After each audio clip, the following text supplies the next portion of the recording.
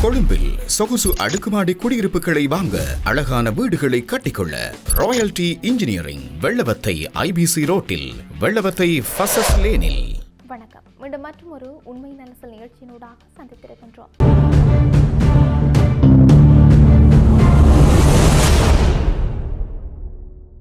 அமெரிக்க அதிபர் Donald Trump நவீன வரலாற்றிலேயே மிக மோசமான எரிசக்தி நெருக்கடியை ஏற்படுத்தியிருக்கிறதோடு உலக கப்பல் போக்குவரத்திற்கான முக்கிய வழித்தடமான ஹார்முஸ் நீரிணையை மூடியிருந்த போருக்கு முடிவு கட்டும் ஆரம்ப கட்ட ஒப்பந்தம் ஈரானுடன் எட்டப்பட்டதாக அறிவித்த போது மிகுந்த மகிழ்ச்சியில் இருந்தார்.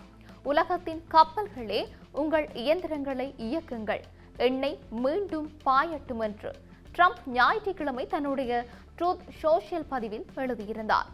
இதையடுத்து எண்ணெய் விலைகள் சரிந்தன. ஆனால் அமெரிக்காவும் ஈரானும் ஒப்பந்தத்தை அறிவித்த 3 நாட்களுக்கு பிறகு இந்த குறுகலான ஆனால் மிகவும் முக்கியமான நீர்வழியில் கப்பல் போக்குவரத்து இன்னும் அதிகரிக்கவில்லை என்று கப்பல் கண்காணிப்பு தரவுகள் தெரிவித்தும் இருக்கின்றன. ஹார்முஸ் நீரிணை வழியாக பயணம் செய்வதும் பரந்த அளவிலான போர் நிறுத்தமும் போதுமான அளவு நிலையானதாக மாறும் வரை கப்பல் நிறுவனங்களும் காப்பீட்டு நிறுவனங்களும் காத்திருந்து பார்க்கும் அணுகுமுறையை பின்பற்றுகின்றன. போர் தொடங்குவதற்கு முன்பு தினமும் 120 முதல் 140 கப்பல்கள் வரை இந்த நீரிணை வழியாக சென்றன. அவற்றில் சுமார் பாதி எண்ணெய் டேங்கர்கள்.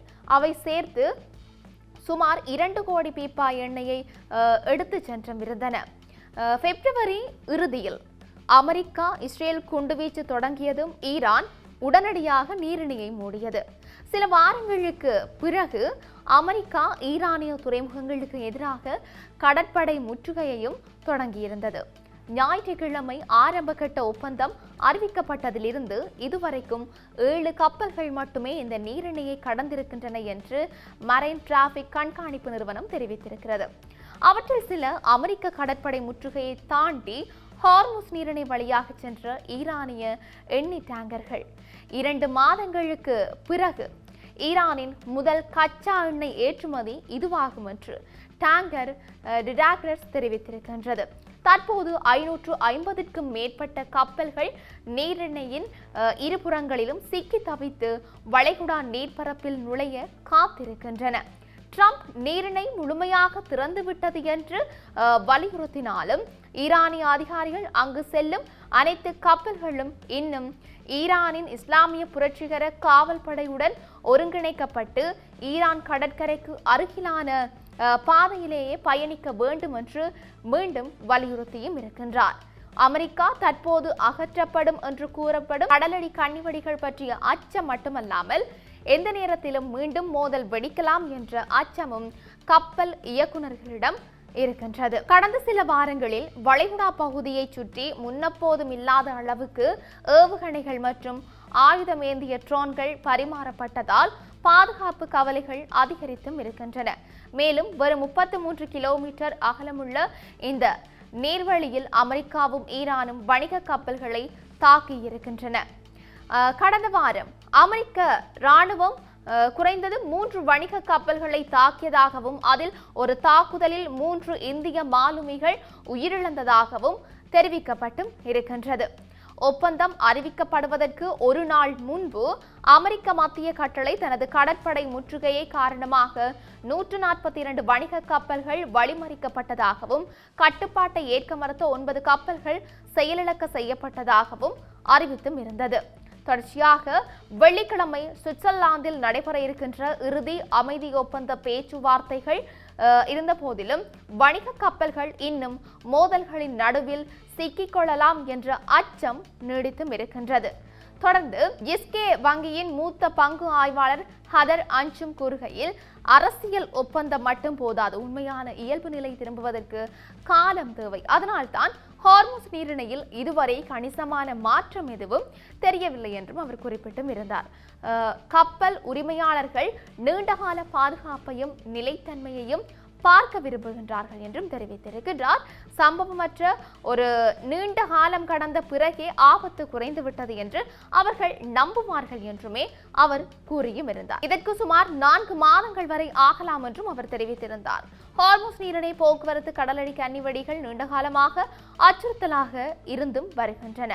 போரின் ஆரம்பத்தில் ஈரான் இந்த நீர்வழியில் கன்னிவெடிகளை பதிப்பதாக மிரட்டியது. ஆனால் அது உண்மையில் செய்ததா என்பதை இதுவரை உறுதிப்படுத்தவும் இல்லை. பாதுகாப்பான கப்பல் பாதை வரைபடத்திலும் சாத்தியமான கன்னிவெடிகள் தவிர்க்கப்படும் என்றுமே குறிப்பிட்டும் இருந்தது. அமெரிக்கா கன்னிவெடிகள் ஒரு உண்மையான ஆபத்து என்றும் அவற்றை பதித்ததாக கூறப்படும் ஈரானிய படகுகளை குறிவைத்து தாக்கியதாகவும் கூறியிருக்கின்றமையும் சுட்டிக்காட்டத்தக்கது. ஜூன் 2 அன்று அமெரிக்க வெளியுறவுத்துறை அமைச்சர் மார்க்கோ ரூபியோ ஈரான் ஹார்முஸ் நீரிணையின் பெரிய பகுதிகளில் கன்னிவெடிகளை பதித்திருக்கின்றது என்றுமே தெரிவித்தும் இருந்தார்.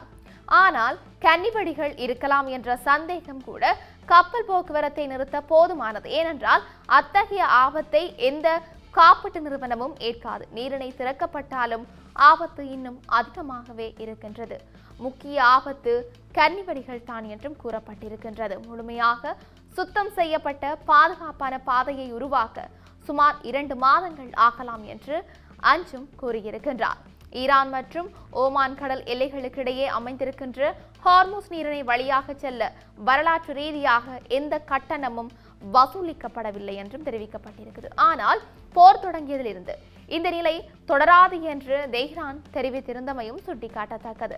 சர்வதேச சட்டப்படி இயற்கை நீரிணைகள் வழியாக செல்ல சுங்க கட்டணம் வசூலிக்க முடியாது. ஆனால் பாதுகாப்பு காப்பீடு, துறைமுக வசதிகள் போன்ற சேவைகளுக்கான கட்டணங்களை வசூலிக்க அனுமதி இருக்கின்றது தெரிவிக்கப்பட்டிருக்கிறது.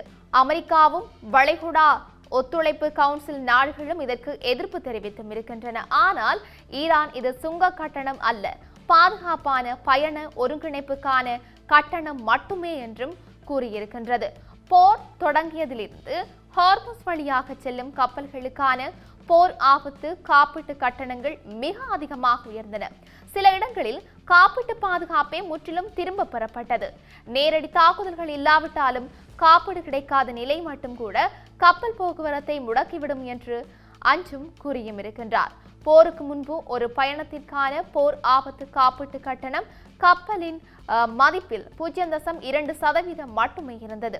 போரின் உச்சத்தில் அது 5% வரை உயர்ந்திருந்தமையும் குறிப்பிடத்தக்கது. தற்போது அது 1 முதல் 3% வரை குறைந்திருந்தாலும் இன்னும் பழைய நிலைக்கு திரும்பவில்லை என்றும் தெரிவிக்கப்பட்டிருக்கிறது. ஐக்கிய நாடுகளின் கடல்சார் அமைப்பு தலைவர் ஆர்செனியோ டொமிங்குவெஸ் ஹார்முஸ் நீரிணை மீண்டும் திறக்கப்பட்டதை வரவேற்றிருக்கிறார். கடலோடிகளுக்கும் கப்பல்களுக்கும் இந்த முக்கியமான கடல் பாதையில் பாதுகாப்பை மீட்டெடுக்கும் முக்கியமான முன்னேற்றம் இது.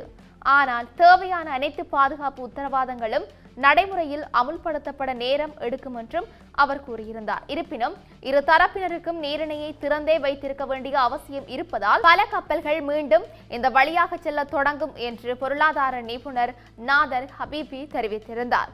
அஞ்சுமின் கூற்றுப்படி ஹார்முஸ் நீரிணையில் இருக்கின்ற ஆபத்து தற்போது முழுமையான மூடல் என்ற நிலையை விட்டு கடலடியில் கன்னிவெடிகள் மேலே ஏவுகணைகள், அவற்றுக்கு நடுவில் காப்பீட்டு தடைகள் என்ற பல அடுக்குகளை கொண்ட சிக்கலான பாதுகாப்பு சூழலாக மாறியிருக்கின்றமையுமே இங்கு குறிப்பிடத்தக்க ஒரு விடயமாகவே இருக்கின்றது. இப்படி இருக்க உலகளவிய ரீதியில் இன்னும் என்னெல்லாம் நடக்கப் போகின்றது என்று நாங்களும் பொறுத்திருந்து பார்க்கலாம். மீண்டும் மற்றொரு பதிவினூடாக சந்திக்கலாம். வணக்கம்.